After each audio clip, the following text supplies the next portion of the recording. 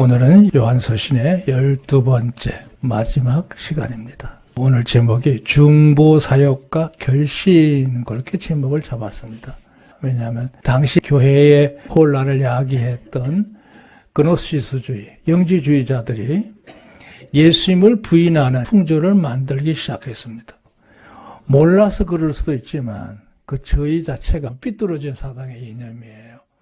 그러니까 오늘 이게 다시 언급하겠습니다만 왜 그러느냐 그랬을 때 그 다 불온한 무리들이에요. 그걸 점을 보려고 합니다. 자, 여기 이념 한번 보세요. 구원은 이 세상에서 사람이 소유할 수 있는 최고의 선물이다 그랬습니다. 그렇죠. 여기에 결론을 흔쾌히 내릴 수 있다면 그분은 성도로서 살아가는데 기쁨이 있고 늘 감사함이고 소망이 있는 인생인 줄로 믿습니다. 뭔 얘기냐 하면 사람이 세상에 태어나서 한 생일을 살아가는 동안에 이루고자 하는 목적들이 많잖아요. 기본적으로 얘기하면 건강하게 일생을 살고 싶기도 하고 행복하게 살고 싶기도 하고 또 뭔가 성공해서 남다르게 치적이라고 할까요? 그런 이치를, 그런 능력을 누리는 자로 산다는 것, 그 성공적인 삶의 요소 중에 하나라고 할 수 있죠. 자, 문제는 그런다고 한들 참 성공의 마무리를 지은 사람이냐 했을 때는 오늘 이 말씀을 얘기하고 싶어요. 그 모든 걸 다 이루었을지라도 구원을 이루지 못했다면 그 인생은 무엇일까요? 이 땅에 태어나서 부지런히 살긴 했지만 정작 꼭 이루어야 될 문제는 이루지 못하고 인생이 끝나버린다면 그건 미완성이라고 할까요? 우매하다고 할까요? 그 문제지요. 문제입니다. 자, 사람이 이루어야 될 그 많은 것들 중에 가장 중요한 성취는 뭐냐? 구원입니다. 믿으시면 아멘. 구원은 이 세상에 사람으로 태어나서 소유할 수 있는 최고의 선물이기도 합니다. 왜 선물이란 말을 썼느냐면 자기가 스스로 이루는 게 아니고 그것을 주시는 분으로부터 받는 자격을 갖췄다는 걸 의미하는 거죠. 사람이 소유할 수 있는 최고의 선물을 가진 자가 누구냐? 물론 자식들이 잘 성장해서 성공해서 그야말로 많은 것들을 성취하는 삶을 살아가면 부모 입장에 참 행복하고 감사한 일이죠. 그러나 개인적으로는 하나님의 구원의 선물을 받은 자로서 살아가는 자가 이 세상에서 가장 기본적으로 최고의 것을 소유한 백성이다. 이렇게 말할 수 있습니다. 왜 그러냐면 이는 사람이라면 누구를 물어나고 여기에는 예외가 없습니다. 반드시 알아야 돼요. 안다는 말은 뭐예요? 하나님을 알고 그 은혜의 세계를 안다는 뜻이에요. 물론 지적인 활동도 있습니다만 중요한 것은 하나님과 대신관계에서의 의미를 말하는 거예요. 그분을 바로 아는 게 중요해요. 세상의 모든 것을 주관하시는 분이잖아요. 그리고 그분으로부터 우리가 주어지는 은혜가 있잖아요. 그 은혜를 받아야 돼요. 아멘. 그분을 깊이 아는 것도 중요하고 그분과 나와 직접 연결이 돼서 많은 은혜의 교통의 역사가 이루어지는 것. 다른 이름하여 신앙의 삶이라고 할 수 있죠.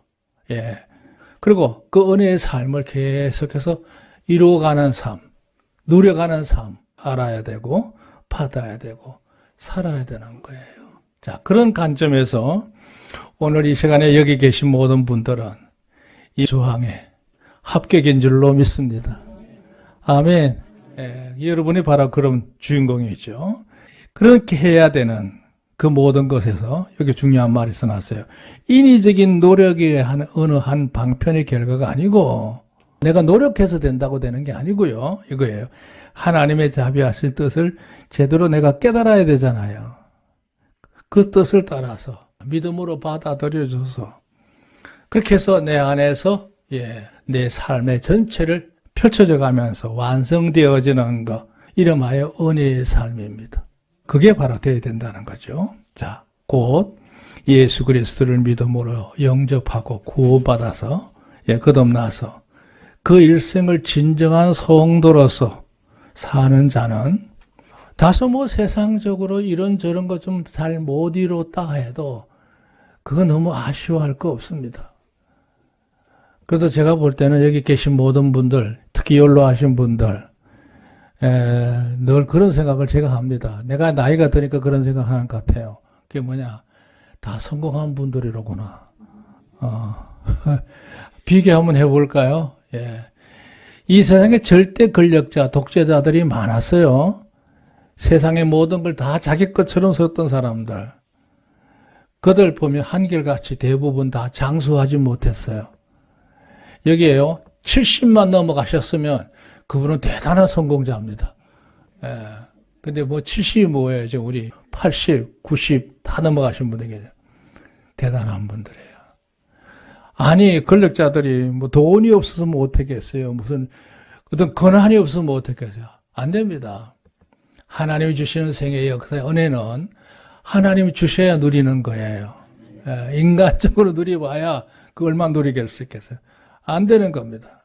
참 놀라운 일이에요. 그러니까 우리가 보통 복이 아닙니다. 그러니까 이 진실로 세계 최소의 성공자들은 기본적으로 하나님의 은혜를 누리는 자예요. 그러니까 인간적으로 뭐 남하고 비교해 봤을 때 우월한 이치에, 우월한 소유에, 우월한 능력의 어떤 터득, 이거 아니라는 얘기죠. 제일 중요한 거, 하나님과 연결되어서 주어지는 은혜의 삶을 사는 자가 이 세상에서 제일 기본적으로 하나님 앞에 바르게 사는 성도인 줄로 믿습니다. 그게 바르게 사는 인생인 거죠. 자, 서론 봅니다. 모든 그리스도인은 구원을 기본으로 해서, 그렇죠? 구원 은혜가 제일 기본이잖아요. 기본.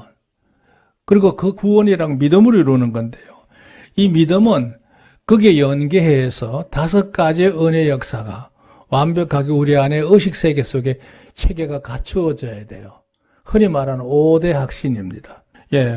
이 구원의 은혜를 받게 됐을 때 연계되는 5가지 확신의 삶이 필요하거든요. 그게 뭐냐?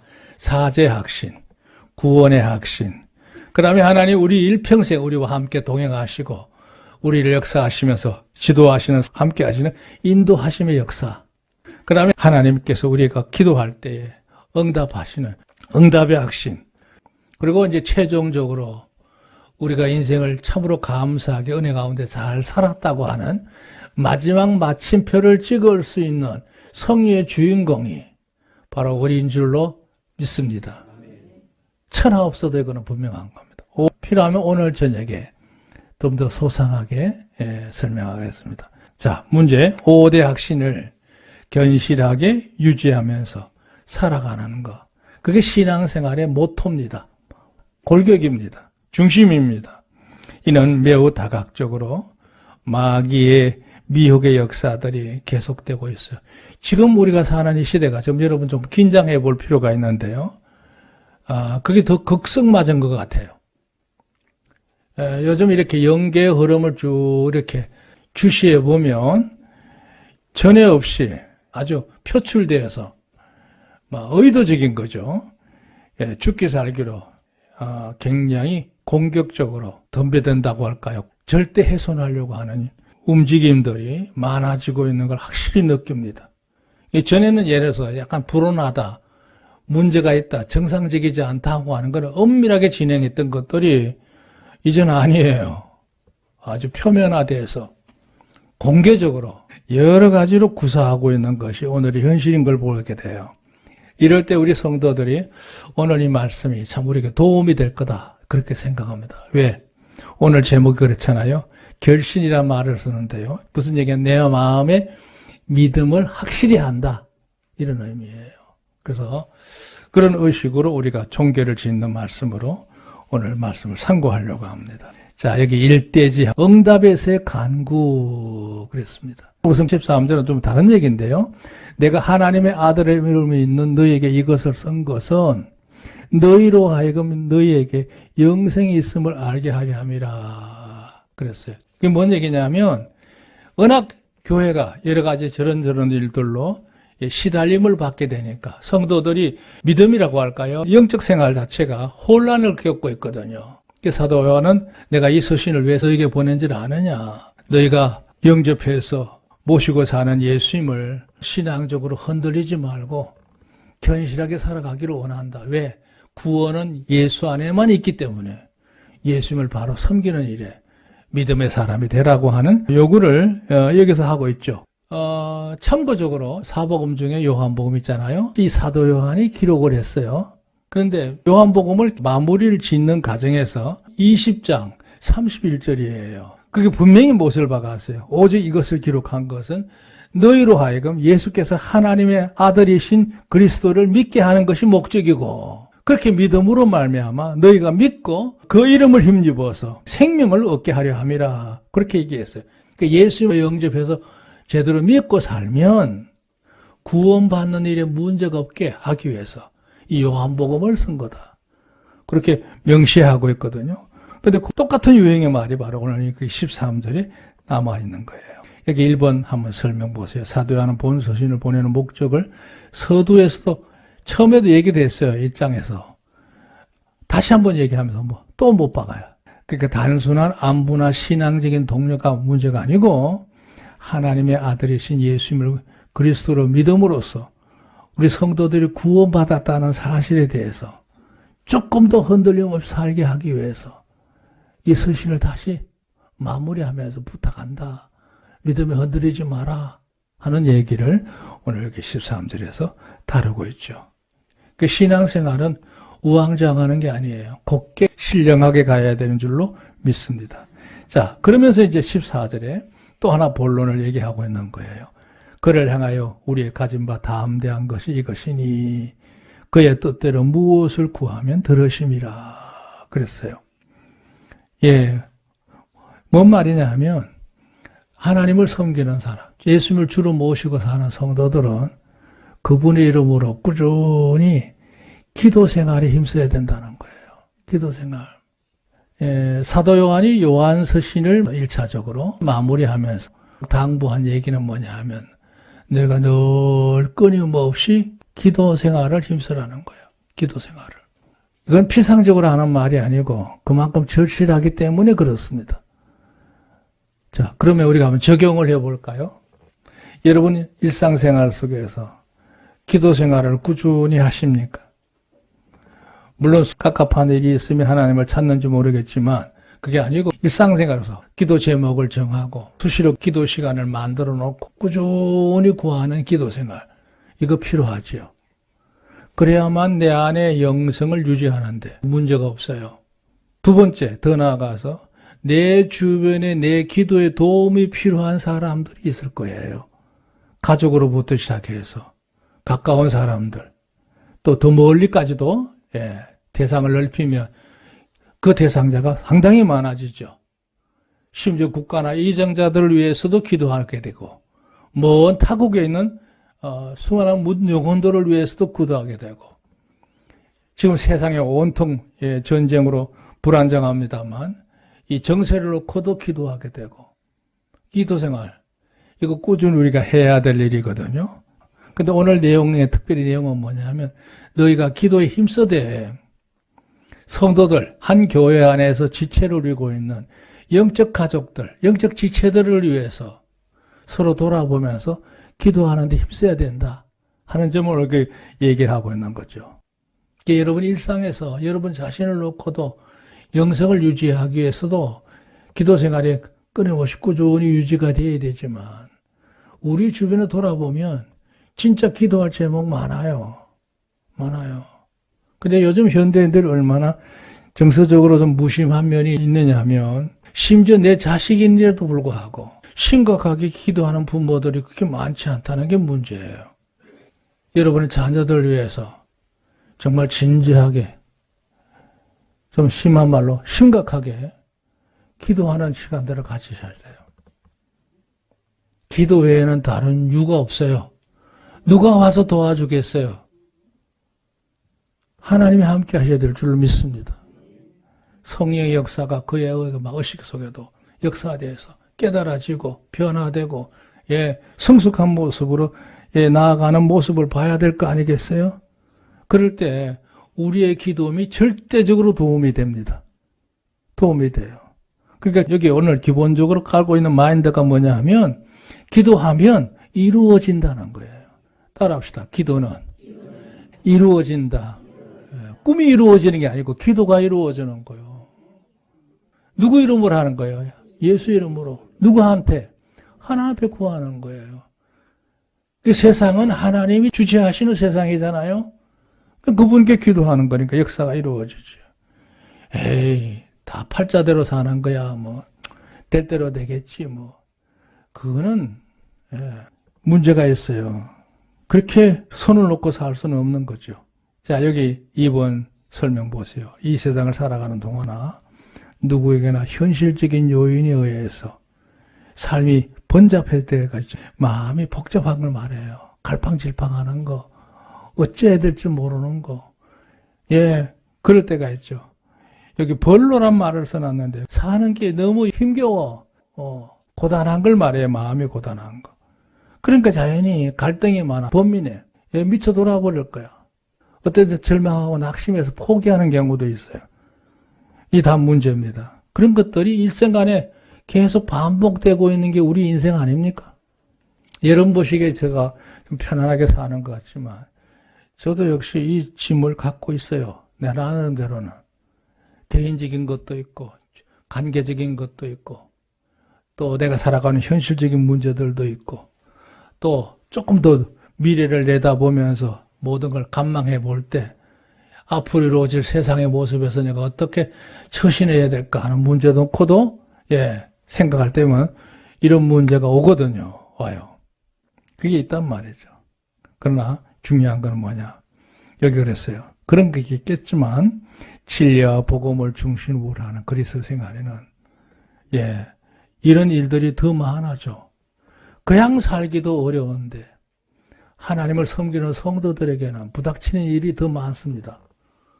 왜냐하면 가치관적인 문제, 이념적인 문제, 전체적으로 그 마음에 의지하는 그 소망의 대상에 따라서 이게 시야가 넓어지고 대상이 높아지게 되니까 자연히 많아질 수밖에 없어요. 제대로 정신을 똑바로 차리고 믿음으로 살려고 하면 부닥치는 일들이 많습니다. 많아요. 가까운 인간관계에서부터 시작해서 환경적인 요인 여러 가지 요소에서 많이 있는 거죠. 많아요.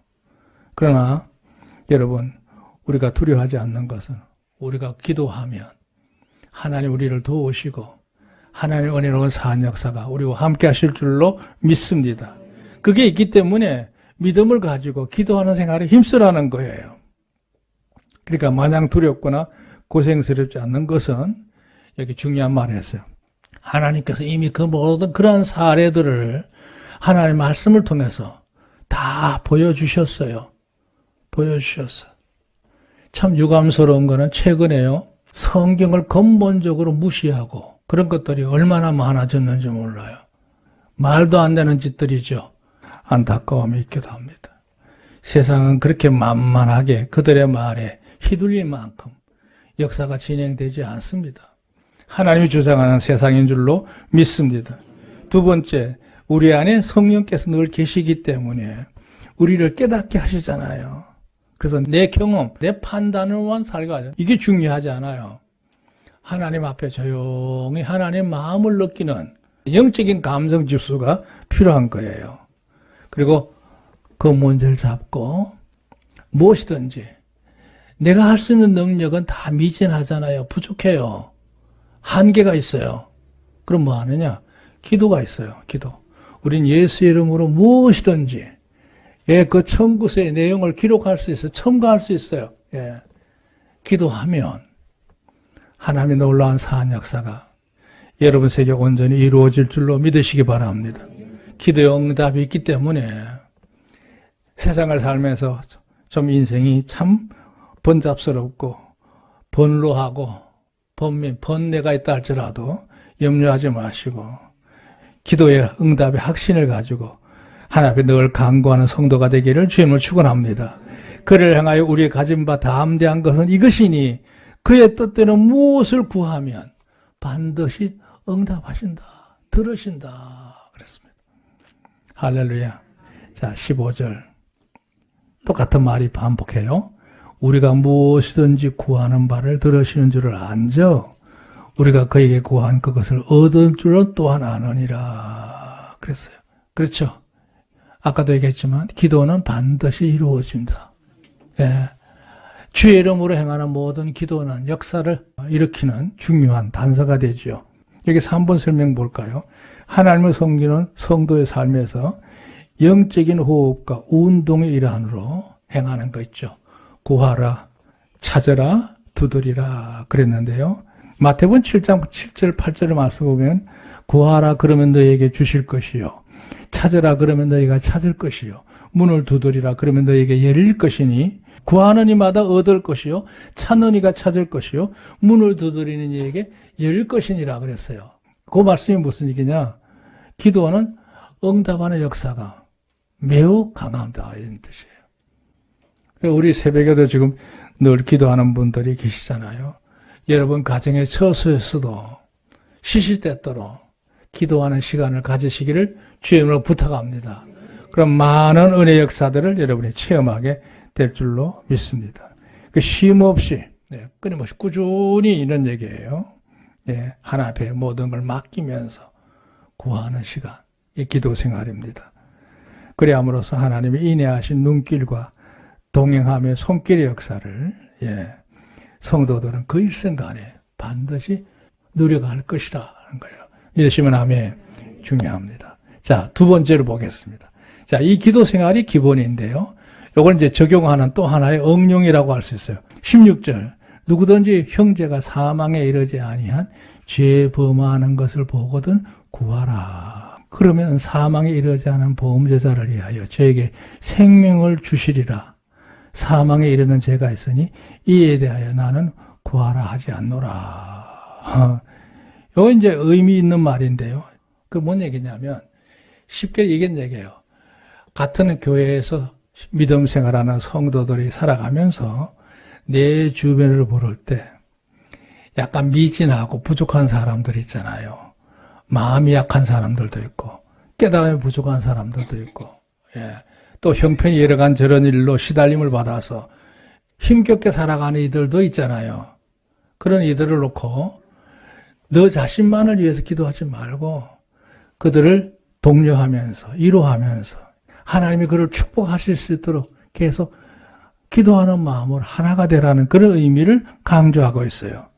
특히나 내가 마음을 주고 살아가는 사람이 잘 사는 모습을 살 때 나 자신에게도 복이잖아요. 그러니까 우리가 기도하는 거예요.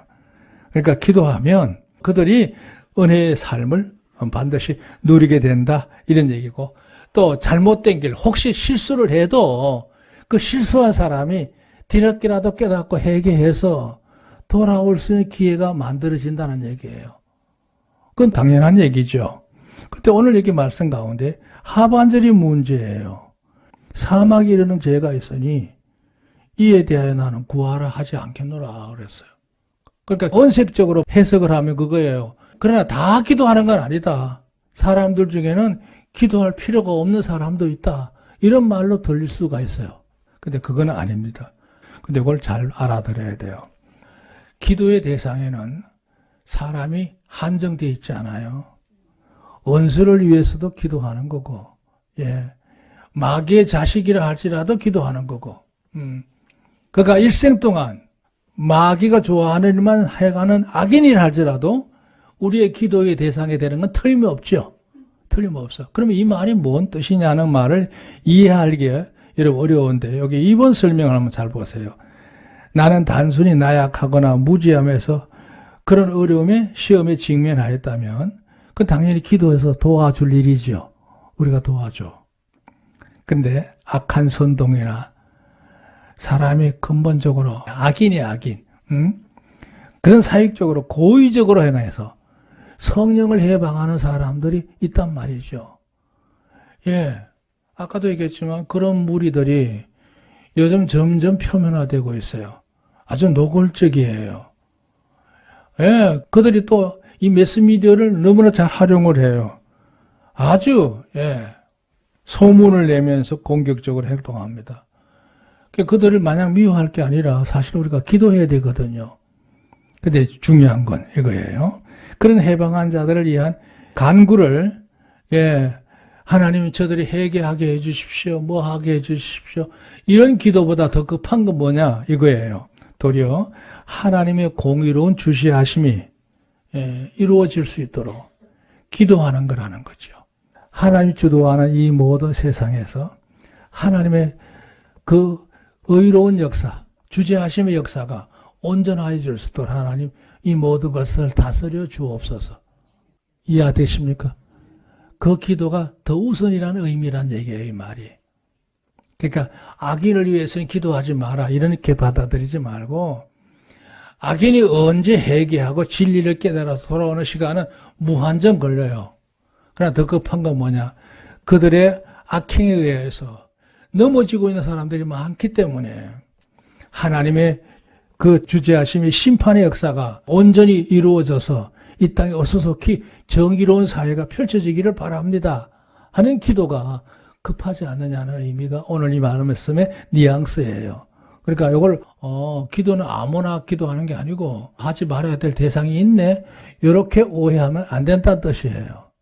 사도 요한은 절대 그런 의미로 이 말씀을 한 말이 아니란 얘기죠. 그러니까 오늘 이 말씀의 의미는 무조건 딱 잘라서 냉정하게 그들을 위해서 기도할 필요가 없어 이런 얘기가 아니고, 그들에게 하나님의 역사가 일어날 수 있도록 기대감을 가지고 기도하되, 우선은 급한 게 뭐냐? 환경적으로 내가 사는 현실이 너무 공고하잖아요. 성도들이 힘겹잖아요. 이 문제를 빨리 다스려 달라고 하는 하나님의 섭리를 구하는 기도는 마땅히 우리들이 해야 될 일이죠. 우리가 사실 오늘 살고 있는 현실은 이런 기도가 많아질 시대입니다. 그래서 저는 아침마다 기도할 때 하나님이 다스려 주옵소서. 세상의 모든 것들이 되어가는 걸 볼 때 참 내 마음에 괴롭고 힘이 없습니다. 나는 미약한데 누가 이 현실을 바꿔줘? 하나님밖에 없습니다. 하나님 온전히 다스려 주옵소서. 하나님과 절대적인 섭리가 필요합니다. 그런 기도를 기도할 때마다 합니다. 그런 기도의 일환이란 얘기예요. 자, 세 번째 대지입니다. 불의에서의 결신이에요. 18절 이하. 하나님께로 난 자마다 범죄치 않은 줄을 우리가 아노라. 하나님께서 나신 자가 저를 지키심에 악한 자가 저를 만지지도 못하느니라 그랬어요. 우리 성도들이 살아가는 세상의 현실은 그렇게 녹록지 않습니다. 그렇게 여유롭고 평안없고 아름답지 않아요. 항상 긴장해야 되고 때로는 움츠려야 될 때가 있어요. 그런 때 우리가 어떻게 내가 믿음을 똑바로 지키면서 하나님을 섬기는 삶을 지속할 수 있을까? 거기에 대한 권면이 바로 이거예요. 온 세상에 불의하다 할지라도 하나님을 섬기는 믿음의 행위에서, 그 중심에서, 의식에서, 여기 결신이라고 그랬죠. 그 결자 자체가 털결자기도 합니다. 확고하게 그 마음의 뜻을 품고 바르게 살아가는 거예요. 변동이 없다는 뜻이거든요. 여기서 중요한 말은 단단히 마음을 갖는 것. 그게 바로 결신입니다. 여기 1번 설명 보세요. 앞서 17절에서 모든 불의는 다 범죄야. 그렇죠?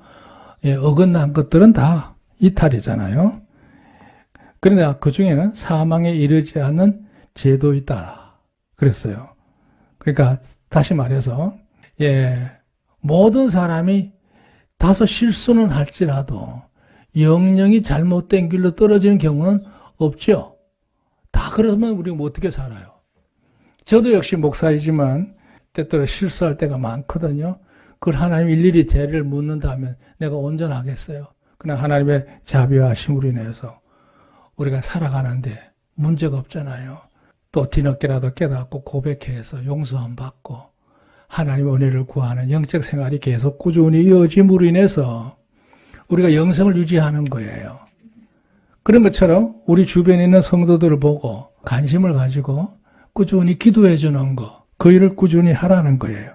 자, 문제는 이거예요. 후반절에 중요한 말씀은 뭐냐? 우리가 살아가는 현실이 하나님이 주재하시는 세상이지만 세상에 되어가는 모습을 보면 비도덕적인 사람들, 자기중심적인 사람들이 절대 권력을 가지고 세상의 모든 걸 다 쥐고 흔들고 있잖아요. 예, 왜 그래요? 세상을 지배하는 자가 실질적으로 사탄이 지배하고 있는 세상이거든요. 한번 생각해 보세요. 아까도 얘기했지만 독재자들, 사상이 불온한 사람들, 예, 그들이 다스리는 세상에서 의라는 게 있습니까? 그냥 그들의 임의대로 이기적으로 그렇게 난행을 행하는 경우들이 대부분이죠. 그러다가 말로가 비참하게 끝나버리고 맙니다. 그러니까 우리 성도들은 항상 그런 현실 속에 직면하게 될 때 항상 반대편에 서 있는 사람이란 말이죠. 그러니까 당연히 삶을 살아가는 부담감이 많아질 수밖에 없어요. 그러니까 거기에 우리가 서로 지레짐작해서 겁을 먹고 뭐 숨거나 비굴하게 굴복하거나 적당히 아니 무사히 주의로 그런 건 아니죠. 늘 자신을 깨끗하게 잘 고요히 지켜갈 수 있는 여러분 안에 아름다움이 정서적으로도 평안함을 유지하는 성도가 되기를 주님을 축원합니다. 어려움이 와도 그 어려움 속에 성도들은 다 살아남았어요. 신앙을 지켜간 겁니다. 자, 20절 이하를 보겠어요. 또 아는 것은 하나님의 아들이 이르러 우리에게 지각을 주사 우리로 참된 것을 알게 하신 것과 또한 우리가 참된 자고 그의 아들 예수 그리스도 안에 있는 것이니 그는 참 하나님이시요 영생이시니라. 자녀들아 너희 자신을 지켜 우상에서 멀리하라 그랬습니다. 중요한 말이죠. 그러니까 하나님을 제대로 섬기는 성도들은 일정한 의식을 가지고 삽니다. 그러니까 세상 따라서 우왕좌왕하지 말고 겁먹고 도망자가 되지 말고 믿음의 신앙의 골격을 곧게 바르게 지키면서 정죄를 가진 신앙인답게 삶을 잘 유지하는 것, 이게 성도가 행할 일이라는 거죠. 더군다나 마귀에 속한 것, 불의한 것들, 우상적인 것들, 이거 우리가 절대 받아들일 수 없죠. 그러니까 이 말세는 그만큼 성도들에게 살기가 어려운 세상이에요. 하지만 우리는 실패하지 않습니다. 하나님의 의와 함께 하시고 궁극적으로 하나님의 의가 이 모든 것을 다스리고 분명하게 나누는 그날이 올 줄로 믿습니다. 주의 이름으로 승리하는 여러분 되기를 주님으로 축원합니다.